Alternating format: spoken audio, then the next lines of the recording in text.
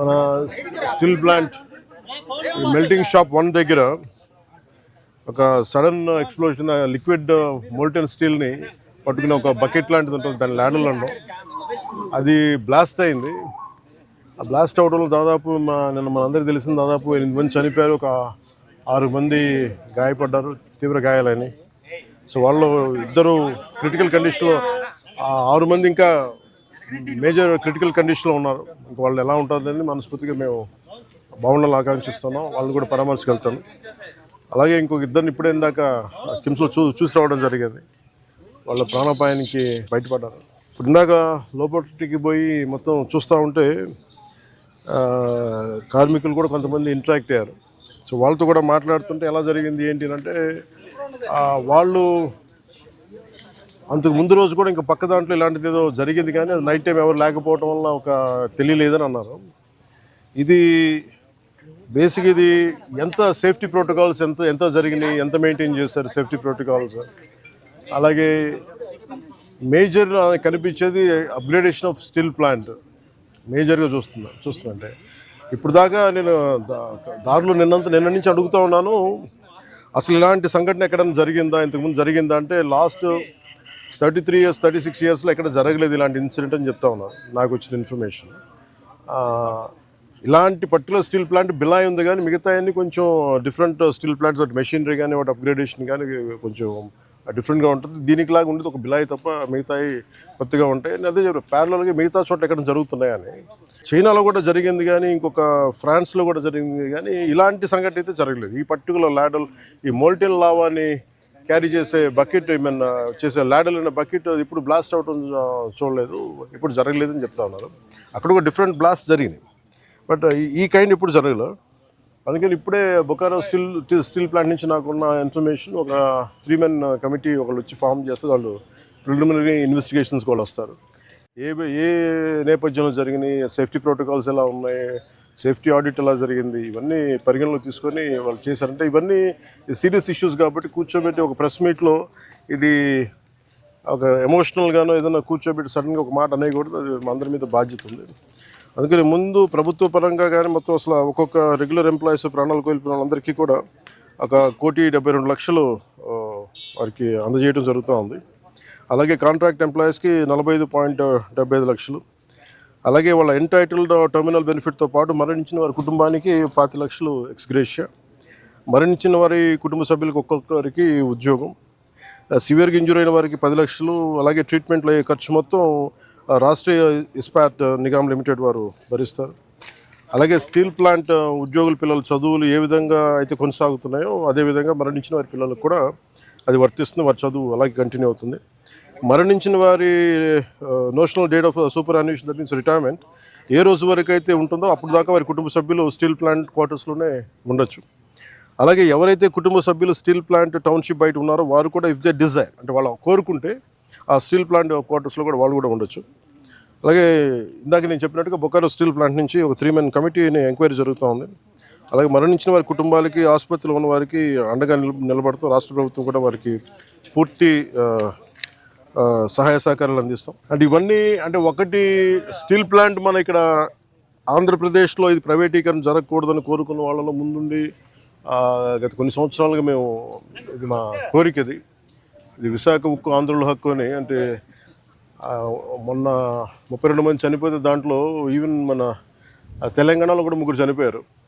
ఇది మన విశాఖ దానికోసం అప్పుడు ఉమ్మడి రాష్ట్రంలో. అందుకని ప్రైవేటీకరణ జరగకూడదు, ఇది మన రాష్ట్ర ప్రభుత్వం కింద ప్రభుత్వ స్టీల్ ప్లాంట్ కింద ఉండాలనేది మా అందరి ఆకాంక్ష. అదేవిధంగా కేంద్ర ప్రభుత్వం ప్రధానమంత్రి గారి నాయకత్వంలో ఇది అలాగే కొనసాగిస్తున్నారు అదే స్ఫూర్తిని. అది ఇప్పుడు మాకు ప్రిలిమినరీగా మేము చూస్తున్నప్పుడు అందరితో మాట్లాడుతున్నప్పుడు అనిపించింది some kind of upgradation is need. అలాగే క్యాప్టివ్ మైన్స్ ఉండాలి అంటే ఇది ఏ స్థాయిలో ఎందుకు జరగలేకపోతుంది అని అనడానికి, అంటే ప్రభుత్వ పరిశ్రమలు కానీ ఎందుకు కాయలా పడుతున్నాయి, ఎందుకు వెనకబడుతున్నాయి అంటే ఆఫ్కోర్స్ సర్టన్ మేనేజ్మెంట్ ఇష్యూస్ కావచ్చు, లేదంటే ఓవర్ ఎక్సెసివ్ లోడ్ ఏదైనా ఉందా, ఇవన్నీ ఎందుకంటే కూర్చోబెట్టి ఒక కోణంలో నుంచి ఒక దృక్కోణం నుంచి చూస్తే సరిపోదు. సో దీనికి సంబంధించి నేను ఇందాక మన సోదరులు మనోహర్ గారితో మాట్లాడుతూ ఏం చేద్దామంటే ఒక్కసారి నేను స్టీల్ ప్లాంట్ కార్మికుల అసలు ఏంటి మీరు స్టీల్ ప్లాంట్ గురించి మీ అభిప్రాయాలు ఏంటి, మీ సమస్యలు ఏంటి అనేది నేనే ప్రత్యేకించి ఈ గొడవ కొంచెం వీళ్ళందరికీ మన మెడికల్ ట్రీట్మెంట్ అంతా అయ్యి కొన్ని రోజులు అయ్యాక ఖచ్చితంగా నేను నేనే కాల్ఫర్ చేస్తున్న ఒక మీటింగ్. ఒకసారి ఆ మీటింగ్లో మన విశాఖ స్టీల్ ప్లాంట్ కార్మికులు అసలు ఏ సమస్యలు ఉన్నాయి, ఏంటి ఉన్నది నేను అందరినీ సావధానంగా వింటాం. అది దాని రౌండ్ టేబుల్ అంటామా, లేదంటే కూర్చోబెట్టేది వారి ఒక ఇంటరాక్షన్ కార్యక్రమం ఏ పేరు పెట్టినా కానీ దానికి నేను ఖచ్చితంగా నేను ఒక్కసారి ఆ మీటింగ్ నేనే నా ఆధ్వర్యంలో నేను ఆర్గనైజ్ చేసి ఒకసారి అందరికి వింటాను. ఈలోపు మనందరం చేయగలిగేది పోయిన ప్రాణాలకి ఎంత విలువ ఇచ్చినా కానీ తిరిగి తీసుకురాలని వారి కుటుంబ సభ్యులకి నా ప్రగాఢ సానుభూతిని తెలియజేస్తూ రాష్ట్ర ప్రభుత్వం ఇప్పుడు సహాయ సహకారాలు అందిస్తూ ఉంటుంది. స్టీల్ ప్లాంట్ ఇలాంటి భవిష్యత్తులో ఇలాంటి పునరావృతం కాకుండా ఉండాలి అనేది ನಮ್ಮ అందరి ఆకాంక్ష. కాకపోతే ఇది మేము ఒక బలమైన పాలసీలు చేయగలం, కానీ నేను ముందు నుంచి పరవాడ కానీ వైజాగ్ చుట్టుపక్కల ప్రాంతాలు అనకాపల్లిలో కానీ ప్రతి 5-6 నెలలకి ఒక 8 నెలలకు ర్యాండమ్గా ఒక సంవత్సరానికి 2 సార్లు ఏదో ఒక చోట ఇలాంటి సంఘటనలు జరుగుతూ ఉన్నాయి. ఇది కొంచెం అలామింగ్గా ఉంది నాకు. నేను ప్రత్యేకించి ఏం చెప్తున్నానంటే అసలు యాజమాన్యాలు సేఫ్టీ ఆడిట్ ఎంతవరకు చేస్తున్నాయి, అలాగే రాష్ట్ర ప్రభుత్వం నుంచి దీన్ని పర్యవేక్షణ చేయాల్సిన అధికార యంత్రాంగం ఎలా ఉంది, ఇండస్ట్రియల్ చీఫ్ ఇన్స్పెక్టర్ ఆయన ఏ స్థాయిలో ఉన్నారు, ఒకవేళ చిన్న లోపాలు ఏదైనా ఉంటే వాళ్ళకి కూర్చోబెట్టి పంపించారా, ఒకవేళ సపోజ్ ఏదైనా వైలేషన్స్ ఏమైనా ఉంటే వైలేషన్స్ని మీరు రిపోర్ట్ చేశారా, లేదంటే వాళ్ళు దాని మీద యాక్షన్ తీసుకోలేదు, ఇవన్నీ కూడా జరగాలి. అంటే నాకు ఇందాక చెప్పినది ఎంతవరకు వాస్తవాలు నాకు తెలియదు, జస్ట్ ఒక ఆన్ హ్యాండ్ ఇన్ఫర్మేషన్ చెప్తా ఉన్నాను. ఇక్కడ వైలేషన్స్ ఉన్నాయి, మేము ఒక ఫ్యూ మంత్స్ బ్యాక్ చెప్పాం, 6 months బ్యాక్ ఒకటి తెలియజేసాం, ఎవరో రెస్పాండ్ అవ్వలేదు అంటే మాకు ఏమనిపించిందంటే ఆన్ ఫేస్ వాల్యూ తీసుకోలేము ఇవన్నీ. సో అందుకనే దీనికి కీలకమైన కారణాలు ఏంటి, the exact causes and investigation detail enquiry has been initiated to ascertain the reasons and fix responsibility. అంటే ఎవరైతే నాకు ఆఫ్ హ్యాండ్గా చెప్పారో ఇవన్నీ కూడా కమిటీకి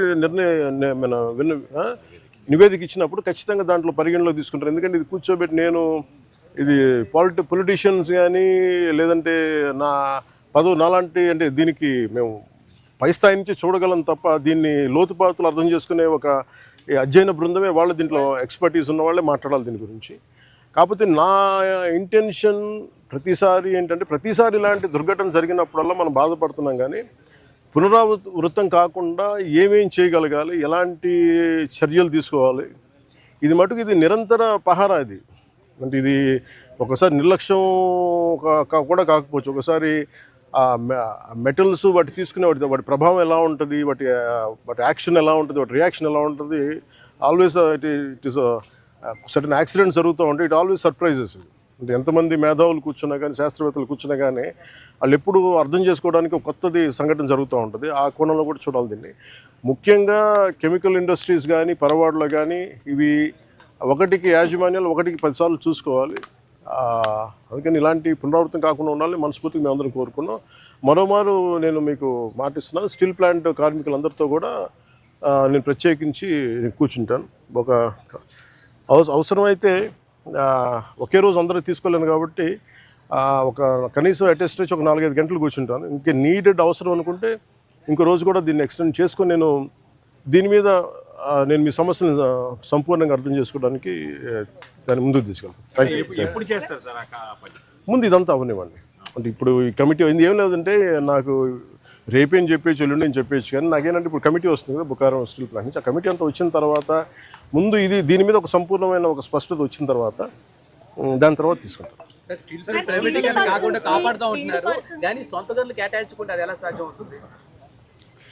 ఇప్పుడు మీరు ప్రశ్న ఇప్పుడు ఏం చేస్తున్నారంటే, నేను లాస్ట్ టైం కూడా ఇక్కడికే వచ్చాను. నేను ఎంటైర్ యూనియన్స్తో మాట్లాడాను. నేను ఆ రోజు అందరినీ చేతులు ఎత్తమని అడిగాను. ఒక్కళ్ళు చేతులు ఎత్తాలి. ఆ రోజు ఢిల్లీ తీసుకెళ్తాం రండి క్యాప్టివ్ మైన్స్ గురించి అంటే అందరూ కన్వీనియంట్గా ఆ రోజు ఒక్కళ్ళు చేతులు ఎత్తాలి.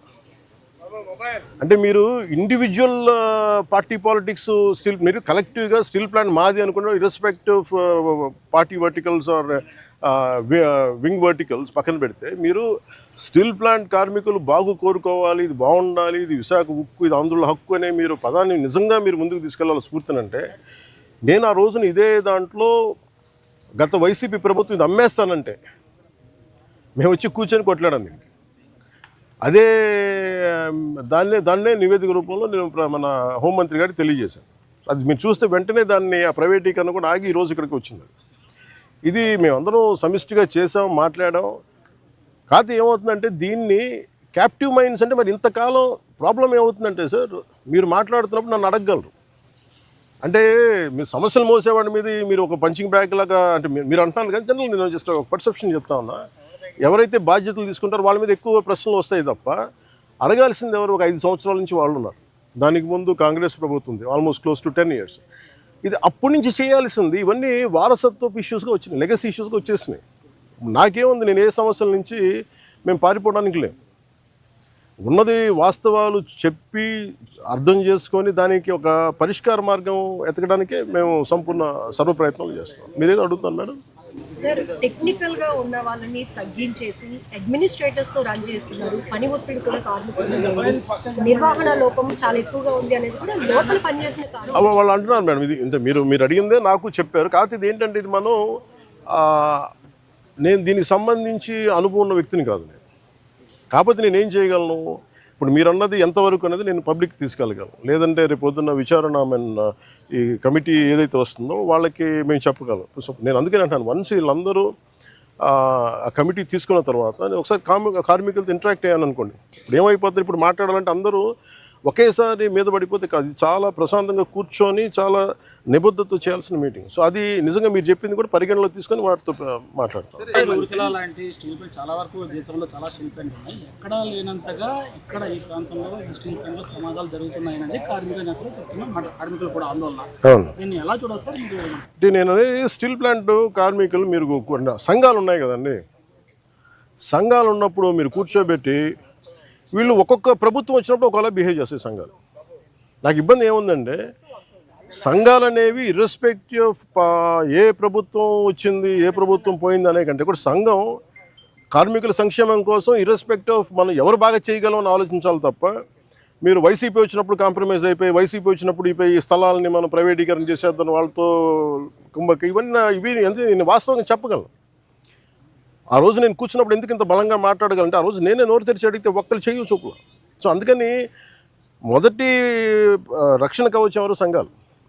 సంఘాలు ఈ పొలిటికలైజేషన్లోనో లేదంటే మన పార్టీ రాజకీయాల్లో పడిపోయి నిజంగా కార్మికుల సంక్షేమం ఎంతవరకు ముందుకు తీసుకెళ్లారు అనేది కూడా నాకు వాళ్ళతో కూర్చొని నేను మాట్లాడతాను సార్. నేను I don't try to shy away or shun away from this.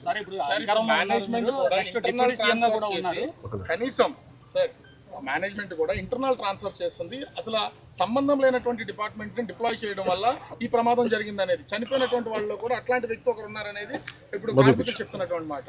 అంటే ఇప్పుడు స్టీల్ ప్లాంట్ యాజమాన్యం కూడా ఈ ఎంప్లాయీస్ విషయంలో కొంచెం అలసత్వం వహిస్తుంది అనేది ప్రధానమైనటువంటి విమర్శ. దీని మీద అసలు ఏమన్నా మేనేజ్మెంట్తో మాట్లాడడం కానీ అంటే ఇవన్నీ సార్, ఇవన్నీ కూర్చోబెట్టి మనం ఇలాంటి సంఘటన జరిగినప్పుడు మాట్లాడతాం. సంఘటన జరిగినప్పుడు అన్నీ బయటకు. నేను ఏమంటానంటే, who is the first line of defence ఇక్కడ మీరు చెప్పండి. ఫస్ట్ లైన్ ఆఫ్ డిఫెన్స్ ఎవరు? కార్మిక సంఘాలు, యూనియన్స్. వాళ్ళ పనులు సరిగ్గా చేస్తున్నాయనేది ఇవన్నీ వాళ్ళు మాట్లాడాల్సింది. వాళ్ళు ఆ రోజు నేను వచ్చి కూర్చున్నప్పుడు ఒక్కళ్ళు నేను ఇదే చెప్పాను, మాకు ఇన్ని సమస్యలు ఉన్నాయి. ఓకే, మన అందరం కింద పెడతాం, మీద పెడతాం, వెళ్తాం, 10 సార్లు ఒక నెగోసియేషన్ జరుగుతాయి.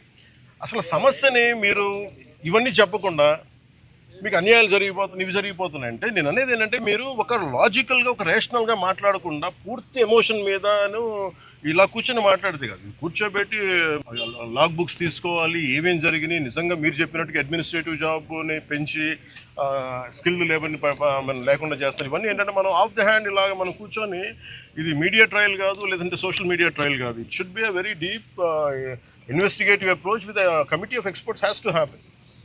దీనికి పొలిటికల్ విల్ ఉండాలి. దీనికంటే నేను ఈ రోజుకి చెప్తాను కదా, ఇండివిజువల్గా మేము యాజ్ జనసేన పార్టీ ఈరోజు మేము ప్రభుత్వంలో భాగస్వామ్యం అయినా కానీ మేము ఎక్కడ దీన్ని షన్ చేయట్లేదు. More than willing to understand.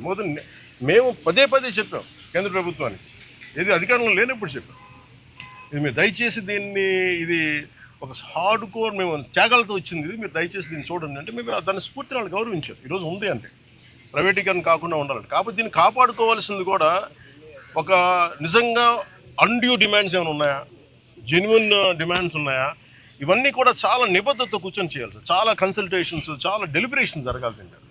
అందుకని నాకు స్టీల్ ప్లాంటు చాలా అద్భుతంగా ఉండాలి, ఇలాంటి ప్రమాదాలు జరగకూడదు అనేది మా అందరి ఆకాంక్ష.